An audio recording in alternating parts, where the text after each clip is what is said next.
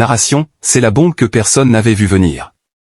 L'onde de choc qui est en train de fissurer les fondations du football espagnol et d'enflammer les débats de Madrid à Barcelone.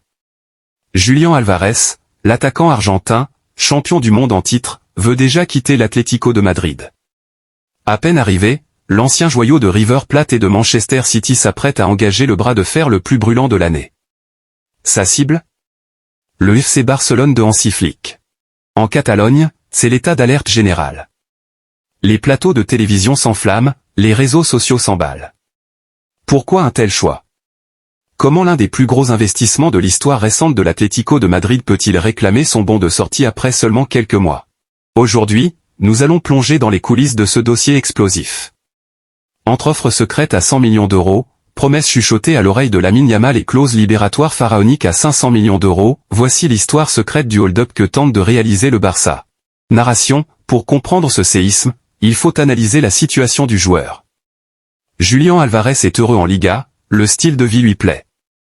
Mais sur le plan purement sportif, l'ambitieux Argentin veut franchir un cap à Manchester City, il était dans l'ombre d'Erling Haaland.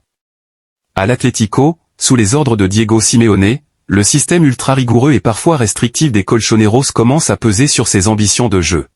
Selon les révélations exclusives de ESPN, Álvarez a une idée fixe, il veut un football de possession, de pressing haut, un football total. Et pour cela, il accorde sa préférence absolue à un homme, Hansi Flick. Pourtant, la concurrence était immense.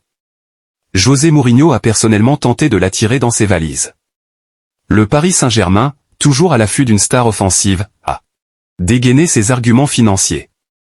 Arsenal, en quête du numéro 9 parfait pour décrocher la Premier League, a tâté le terrain. Réponse de l'Argentin à tous ses courtisans. Un non catégorique. C'est le projet catalan, et rien d'autre. Au Barça, la place de numéro 9 va bientôt se libérer. Le légendaire Robert Lewandowski approche de la fin de son cycle, et Álvarez est vu comme l'héritier. Parfait, un profil moderne, mobile, capable de presser comme un mort de faim et de combiner dans les petits espaces. Mais un transfert ne se fait pas uniquement avec des intentions. C'est ici que l'histoire prend une tournure digne d'un roman d'espionnage. Les dirigeants catalans ne se sont pas contentés d'attendre. Ils ont anticipé. Et pour verrouiller l'avenir du club, ils ont activé leur plus grand atout, leur nouvelle icône mondiale, Lamine Yamal. Le média El Nacional a lâché une révélation explosive, la direction barcelonaise a pris les devants en allant parler directement à l'entourage de Lamine Yamal. Le message des décideurs catalans était clair, presque solennel, sois patient, continue de briller, car la saison prochaine, tu évolueras aux côtés de Julián Álvarez. Imaginez l'impact d'une telle promesse. Associer la créativité pure, le génie précoce de Lamine Yamal à la rage de vaincre et au sens du but de Julián Álvarez.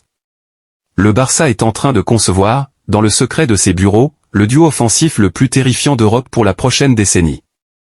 Cette promesse n'est pas seulement un coup de bluff, c'est la preuve que le Barça a fait d'Álvarez sa priorité absolue, quitte à tout miser sur ce dossier. Évidemment, du côté de Madrid, on ne l'entend pas de cette oreille. Le président de l'Atlético, Enrique Cerezo, est un homme d'affaires redoutable. Quand le Barça est passé à l'action avec une première offre formelle de 100 millions d'euros, la réponse de Madrid a été immédiate, un refus net et catégorique. Pour les Colchoneros, vendre leur star après si peu de temps, et surtout à un rival direct pour le titre en Liga, est impensable. Le problème majeur pour Barcelone s'appelle la clause libératoire.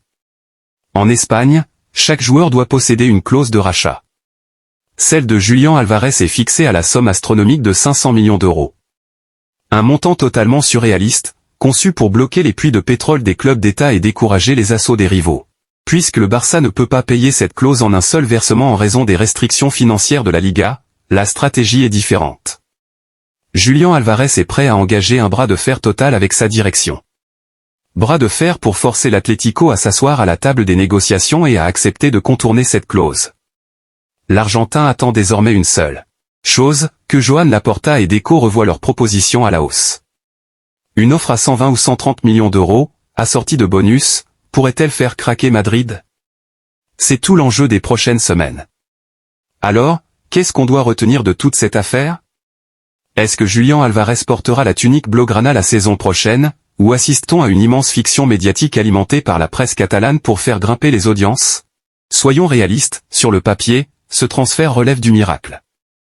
L'Atlético a investi énormément sur lui, son contrat court jusqu'en 2030, et les finances du Barça restent sous surveillance.